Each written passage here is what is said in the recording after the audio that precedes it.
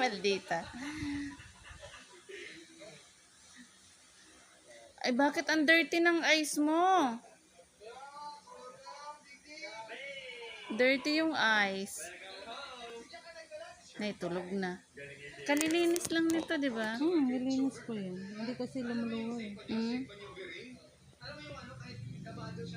Ay, ang taray naman. Ay, ano ba yan?